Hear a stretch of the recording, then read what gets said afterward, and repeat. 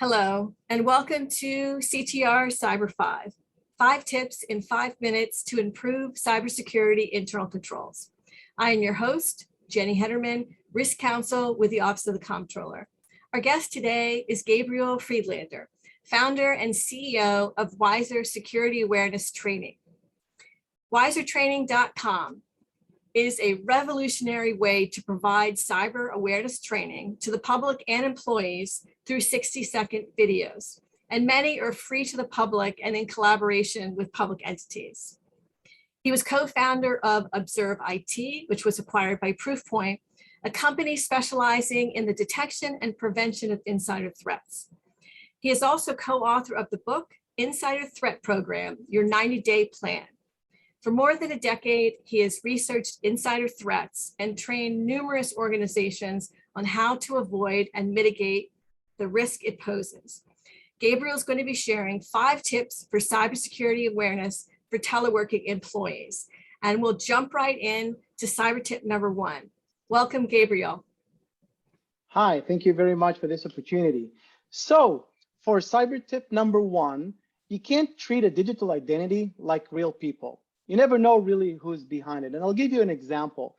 My kid came back from school. She told me that, she got a DM from one of her friends that she's on the top ugly list at school. She was like, what? It was an actual DM from her friend. So she clicked on the link. She signed up into the Instagram, login prompt. And basically what happened, she was hacked and they used her account to contact her friends and do the same. So basically, and the entire, 9th grade back then was, hacked like that. So here is the thing, you never really know who you're talking to, and you never really know who's behind those chat messages. So don't treat those identities as if you were talking to a real person. Next slide, that's it. Number 2. So you really must go above and beyond to verify who you're sending money to. People think that the bank or the financial entity will, pay them back. But if you were the person that did the transaction, if you were tricked by a scammer to wire money, it's very likely that you won't see that money ever again. So you really have to go above and beyond to verify that and to make sure nobody else will do that for you. Pick up the phone, call, and make sure that you're doing the wire, that you're making the wire to the right person.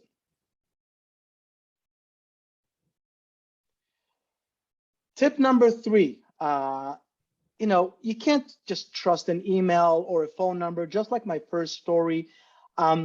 Criminals have ways to spoof or to hack a specific phone or an email. So the fact that you see a phone call coming in from your bank, that doesn't mean that's your bank, right? So you just can't rely on those phone numbers or on those email addresses just as the only mean to identify who you're talking to. This all ties together. You have to verify and you have to do it on your own. I love this one because it's like if you enable multi-factor authentication, you're not it's not like the one thing that will save you, but you will make it so much harder for criminals to attack you to a point where if they want to, yeah, they can, but they will probably, it won't make economical sense in many cases to deal with you. They will just go and try to hack someone that doesn't have multi-factor authentication on. It's so easy. Most apps have that today. And I also advise to use the authenticator apps and not the text message option, because with social engineering, you can be tricked to give the code. For example, let's take the tip before. You see an incoming call from your bank, you see the number, you recognize it, they talk to you, they want to verify that you're a real person, they ask you for a code, they text it to you, but in reality what happened, the criminals hit reset password, the code was sent to you, you send it back to them, and now you're out of your account. So, you know, it's better to use an authentication app, but don't forget, you know, it's not that one thing that will protect you. Eventually, it all goes back to, you know, being aware and doing your own verification. And last tip, I think, you know, it's probably the most important. If you're rushed, so here's the thing, criminals are trying to play with our emotions, right? They try to stir us to not think straight. So we really have to change some of our habits, you know, starting with trusting less and questioning more. And especially if we are rushed to do anything, you know, your bank, the government, nobody will rush you to do anything, and you don't have to be on the phone with them because if you hang up, you know, you go to jail or you're gonna lose that deal or whatever it is.